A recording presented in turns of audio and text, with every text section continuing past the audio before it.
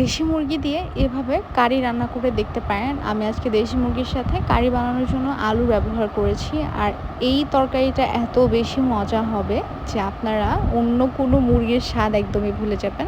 কারণ দেশি মুরগির উপরে আসলে কোনো মুরগি হয় না। আর সেই মুরগিটা যদি এভাবে রান্না করে নিতে পারেন তাহলে প্লেটের ভাত সব শেষ হয়ে যাবে, আর কিছু লাগবে না। তো এটা রান্না করার জন্য আমরা বেশ কিছু ইউনিক প্রসেস ফলো করেছি আজকে।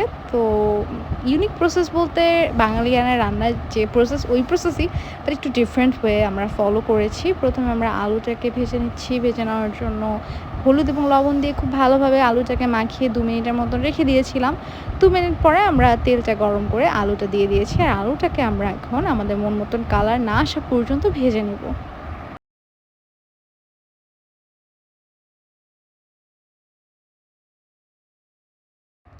আলুটা যখন ঠিক এমন কালার চলে এসেছিলো তখন আমি নামিয়ে নিচ্ছি। আর দেখতে পাচ্ছেন আলু যে তেলে ভেজেছি সে তেলটা কিন্তু অনেকটা পরিমাণ রয়েই গিয়েছে। এটা আমরা মাংস বানানোর সময় ব্যবহার করব। আমরা যেহেতু দেশি মুরগি নিয়েছি আর দেশি মুরগিটা আমরা ঠিক এরকম সাইজ করে কেটেছি। আপনারা সাইজ বড়ও রাখতে পারেন, ছোটও করতে পারেন, মানে আপনাদের যেমন খেতে ইচ্ছা করে বা আপনারা যেভাবে বানাতে চান ঠিক তেমন শেপে রাখতে পারেন আপনারা। প্যান নিয়ে নিয়েছি, তাতে দিয়ে দিলাম সয়াবিন তেল 1 টেবিল চামচ। আর আলুর সাথে যে তেলটা ভেজেছিলাম ওই তেলটা বেঁচে গিয়েছিল, ওটা দিয়ে দিলাম। 1 কাপ পেঁয়াজ কুচি দিয়ে খুব ভালোভাবে নেড়ে চেড়ে দিয়ে দিলাম সরিষার তেল। সরিষার তেল এখানে 1 টেবিল চামচের থেকে একটু বেশি পরিমাণে ব্যবহার করা হয়েছে। আর সরিষার তেলটা দেওয়ার পর এত সুন্দর একটা অ্যারোমা ছাড়বে। অনেকের মনে হতে পারে সরিষার তেলের ঝাঁঝ আসবে বা সরিষার তেলের গন্ধ আসবে, এমন কিছুই হবে না। আপনি যখন মশলা ব্যবহার করবেন তখন আরও এটা টেস্ট বেড়ে যাবে অ্যান্ড কালার চেঞ্জ হয়ে যাবে।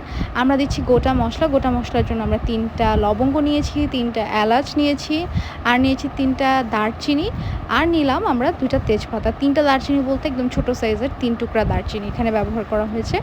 আর আজকের যে তরকারির টেক্সচার অ্যান্ড কালার সেটা আনার জন্য, ফ্লেভারটা আনার জন্য ব্যবহার করতে হবে রাঁধুনির রেডিমিক্স মুরগির মাংসের মশলা।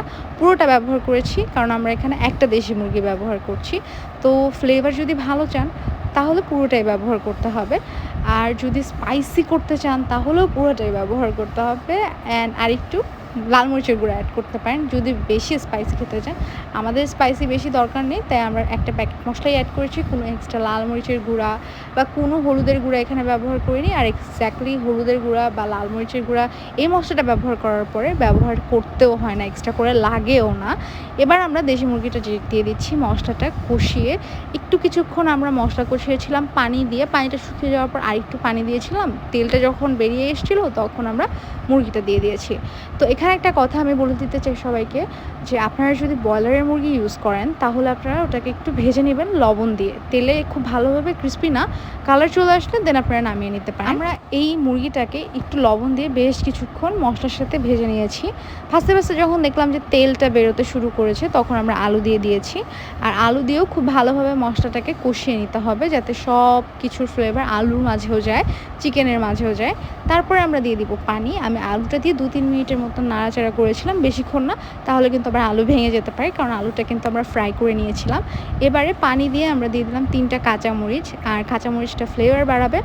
ভাজা জিরা গুঁড়া এখানে অবশ্যই ব্যবহার করতে হবে। আপনি হয়তো বা ভাবতে পারেন মুরগির মাংসের মশলা তো আমি এখানে অ্যাড করেছি, তাহলে ভাজা জিরা গুঁড়া কেন দিব? ভাজা জিরা গুঁড়া দেওয়ার পরে আপনার তরকারিতে খুব সুন্দর একটা ফ্লেভার আসবে, যেটা কিনা শুধু মশলা ব্যবহার করার পরে আসতে নাও পারে। তাই আপনারা এক্সট্রা করে ভাজা জিরা গুঁড়াটা অবশ্যই ব্যবহার করবেন। ব্যবহার করার পরে ঢাকনা দিয়ে ঢেকে রাখবেন, চুলার ফ্লেমটা অফ করে দিবেন, পুরোটা ফ্লেভার কারিতে ছড়িয়ে পড়বে। আর এই হচ্ছে আমাদের কারির টেক্সচার।